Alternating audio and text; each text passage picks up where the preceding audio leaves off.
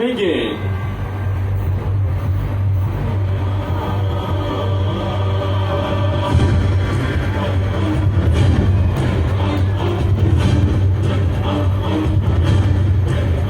Ladies and gentlemen, meet Susie of American Bald Eagle.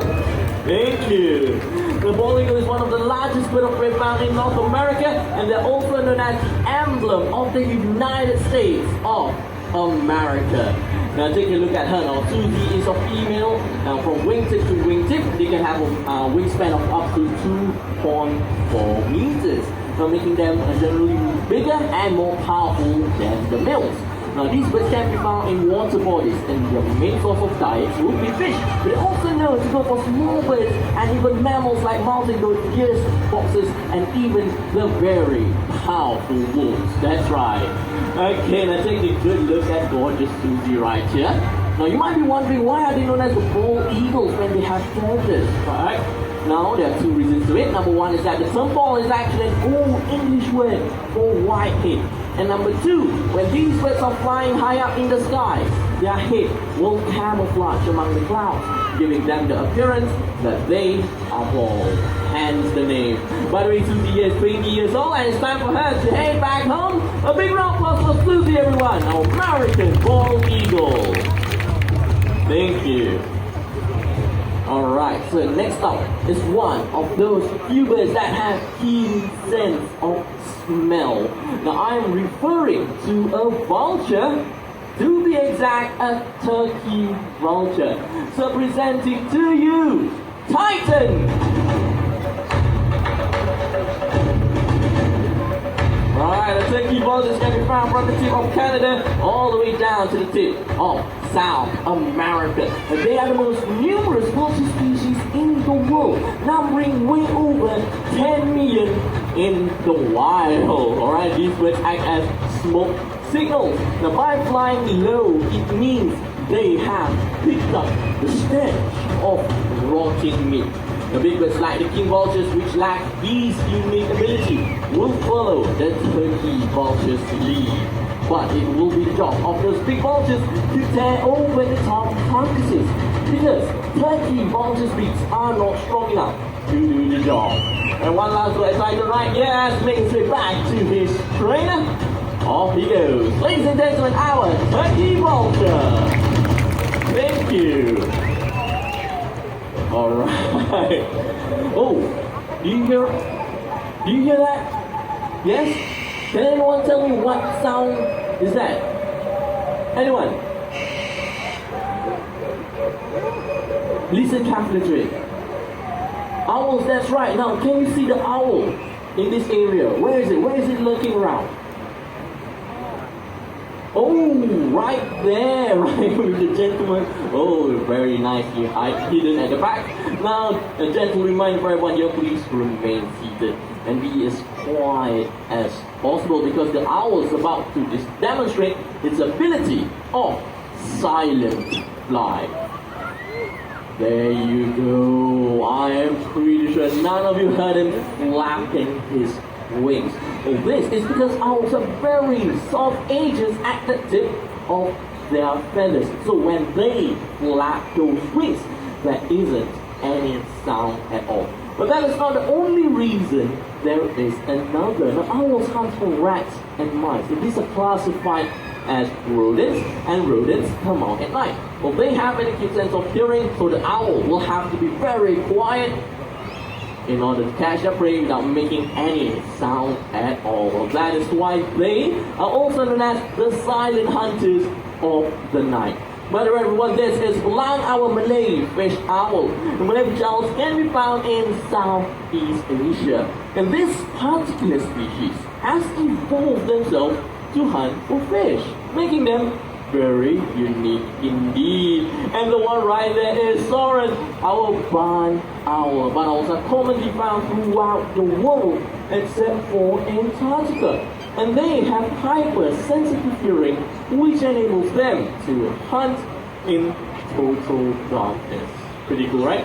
By the way, these two birds are special to us because they were hatched and raised right here in the Jurong Park. They belong is already 12 years old. Take a look at Soren right there.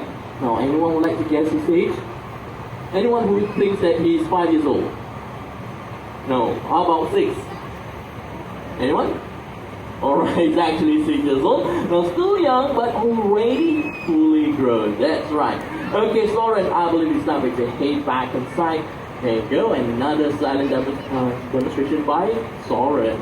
And oh, look at Belang right now. Can you see that he's able to turn his head all the way to the back? In fact, most owls are able to do that. But the question is, how many degrees do you think an owl can turn its head? So let me just give up some answers. But if you think it's right, raise your hand. If you think it's wrong, then just look out for the other options. Okay? So who thinks it's about 180 degrees? 180. Alright. Okay, I don't think I see anyone. Okay, next. 270 degrees. Alright. And last but not least, one full circle, 360 degrees. Awesome. I can see a few hands. And of course, the correct answer is actually 270 degrees. Okay? So let me just explain. 180 is what you and I can do. Turn our heads from the left to the right. Now, the owls are capable of much more than that. But 360 not possible. That is, like I said, one full circle. They might sprain the neck. So if you look carefully, in one go, they can only turn up to 270 degrees. Nothing more than that. Right, Belang, it's time to head back as well. Off you go. Thank you very much, our lovely owl. Looks like he's very sticky today. Oh, there you go. Let me just help you out. Right, not to worry. Back onto my glove. I'm gonna send you back closer. There you go. Thank you very much, our lovely owls. Awesome. Now, moving along, the birds of prey are known to be able to hunt for the food, but our next bird has the ability to forage forest floors for food as well. So in order to do so, I'm going to set up the stage right now with the props that I have. Okay, as you can see, I'm laying out some rocks on this side. And in the middle, there will be a pile of leaves. Here you go. Alright. So in addition to all this, alright, so I'll be hiding pieces of food underneath some of these items. These pieces of food represents the prey that these birds go after, prey like worms or even insects. Right, and there you go. I'm gonna quickly get into position. Looks like all set and ready. So everyone, let's put our hands together and welcome Raoul, our southern Arakara. Right over here, Raoul. Right this way. There you go. Alright, a southern contrast can be found in South America. Look at him go. Wow, they're well known for their foraging habits. These birds are very opportunistic. Now they have long legs and flat claws, which enables them to overturn the rocks easily. So Raoul, are you done with the rocks? Alright, then, not to worry, let's move on to the leaves. Okay, there you go. And look at him sweeping the leaves aside to look for more food. Were you able to find anything there, buddy? No? Not to worry. So you know what? How about we add something to this? I'm gonna lay out a tree box for him. So let's see what he's gonna do with the tree box. And look at that, using his beak to turn the tree box over. Well done. Now, if the insect were to take off and fly, these birds are able to make vertical flights into the air to catch it. Just like that. But that's low, right? Let's give him a bit more challenge. We'll try higher. So Raoul, get yourself ready. And here we go. Amazing catch there. Well done. Thank you. Alright, by the way, southern parakeets are the largest of all parakeets. And Raoul here has been with us for quite some time. In fact, he is already 30 years old. That's right. Okay, Raoul, you done dropped. It's time to head back inside. Thank you very much, our southern. Alright, Kara.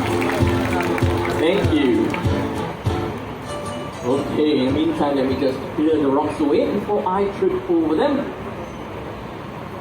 Awesome. So ladies and gentlemen, you have seen birds from North America and South America, and even owls from Southeast Asia and other parts of the world. So our next bird comes all the way from Africa, and this species carries a very important message regarding conservation. And with that, ladies and gentlemen, take a look right over there, and let's welcome Hazel!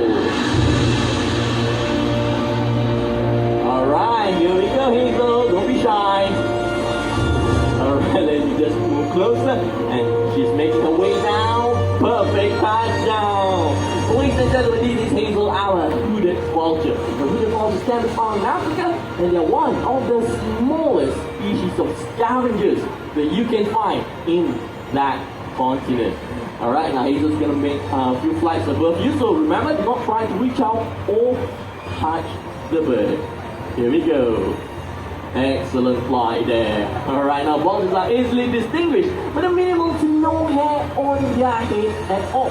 Well, this allows them to feed on carcasses without getting their head dirty, alright? So after their meal, they will be able to easily clean themselves up. Alright, but Hazel right there has a beautiful tiny feathers at the back of her head. If you take a look at her closely, and she makes the flight above you. There you go. Alright. And those tiny feathers forms up as if she's wearing a hood. That is how they got the name, the hooded vulture. Alright, Hazel, join me on stage right there. Excellent. Okay, remember the message I mentioned earlier on? So, what the species that she is a hooded vulture, and they are critically endangered in the wild. They are affected by a lot of factors, for example, like deforestation, poaching, poisoning, and others. Alright, so I'm going to talk a bit more about that later on. But in the meantime, Hazel has done well, and it's time for her to head back home. Ladies and gentlemen, Hazel out to the Vulture from Africa. Thank you so much.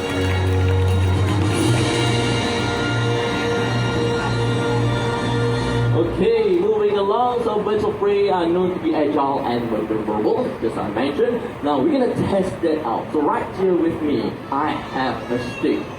So what I'm going to do is I am going to skewer a piece of food at the end of this stick, and we shall see our Battlefree coming from that side and snatch this piece of food. A gentle reminder for everyone here: please remain seated. Do not try to reach out or touch the bird. Alright?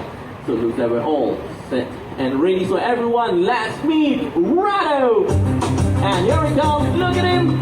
A great snatch there, wow! Now, for those of you who have missed it, not to worry, we shall do this once again. And where is Rado? Oh, right up there.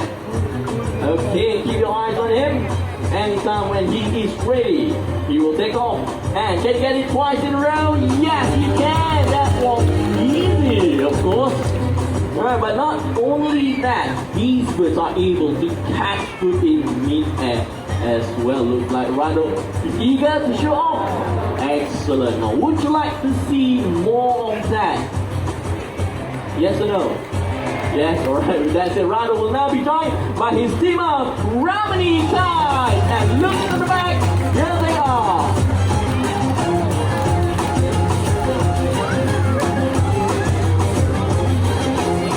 Alright, so ladies and gentlemen, I'll be doing 5 high throws up into the air.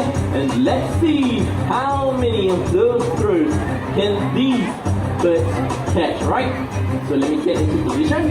And right, here we go. Number 1. Good start. 2. Excellent. Alright. Okay. How about you? 3. Doing good so far. 4. Fantastic. Final throw. Keep your eyes on the bird in the center. There's 2 of them. Okay, 1 to go. And ladies and gentlemen, let's give it up for a brownie tie. Wow. Now, of course, let me take this time to tell you more about this. They are the brownie kites, can be found throughout Southeast Asia and in some parts of Australia as well. Now, talking about the brownie kites, now we have 2 former show kites. They are housed and the RRA. Now, RRA stands for Raptor Retirement Aviary. Now, if you're thinking where that is, it's actually very, very close to us. Take a look at the exhibit right at the back, okay? That is actually the Raptor Retirement Aviary. Now, it houses all our former stars from the show, including Rod Stewart. Now, Rod Stewart is possibly the oldest living Egyptian vulture in captivity, alright? So after the show, do head down there to catch all our retired birds, alright, and give them ourselves wave hi to them, alright? So we just check all the birds are back inside because our next bird does not like to share the space with the rest of them because birds of prey are known to be territorial. So let me just check, all of them are back. Okay, good. So you know what, ladies and gentlemen, right here in the Jurong Bird Park, we do a lot of conservation and rescue work. In fact, our next bird of prey making his way out was actually rescued and nursed back to health by us. So everyone, let's put our hands together and welcome Genghis, our Himalayan Griffin Vulture. Come on right here, boy. Here we go. Looks like we have another shy star today. Right here. There we go, our Himalayan Griffin Vulture. Right, these birds can be found in the high regions of the Himalayas and Tibet. And some migrating juveniles heading south happen to have lost their way and ended up in various parts of Asia. And Genghis happens to be one of them. He was found weak and dehydrated along shopping district right here in Singapore. That was in the year 2005. Now we rescued him and nursed him back to good health. But after all, he is a survivor. Alright, Genghis, I believe you have done well, and it's time for you to head back inside. Alright, all the way in. Thank you very much, our Himalayan Griffin Vulture. And with that, ladies and gentlemen, we shall continue.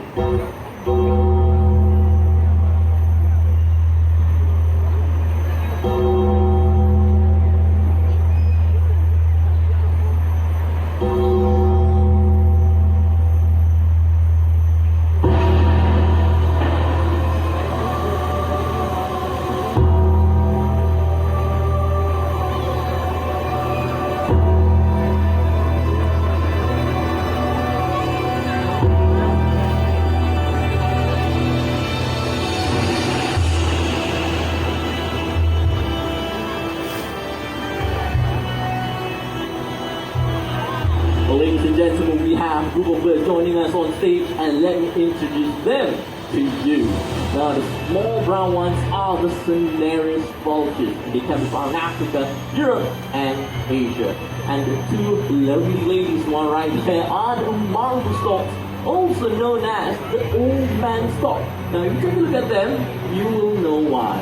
In fact, all these birds coexist together in the wild when they are feeding on a huge carcass just like the one right there.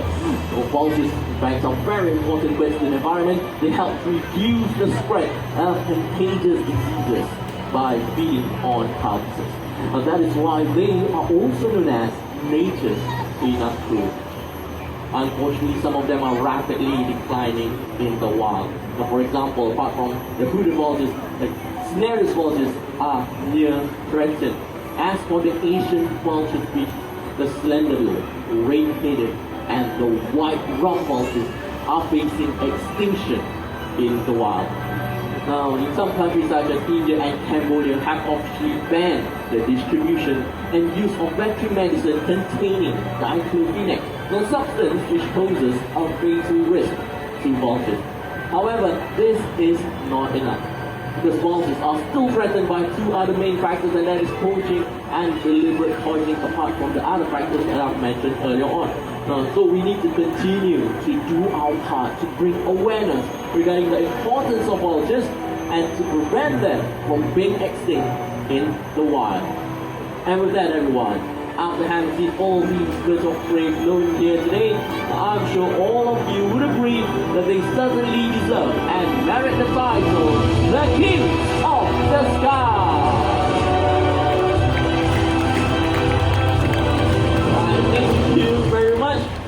Well, ladies and gentlemen, we have come to the end of the show, right? And my clips will be in position. They will be giving you the cues to allow everyone to exit the arena in a safe and orderly manner, right? We're going to start from one row at the back, okay? One row at a time, starting from the row at the back and slowly move to the front, right? So we seek your cooperation. This is to prevent any congestion at the exit point and to allow everyone to practice social distancing. So on your way out, do remember to check for your belongings and do not leave anything behind. All of you have been a great audience. Thank you once again. I hope you have enjoyed your day right here in the Jurong Park, and goodbye.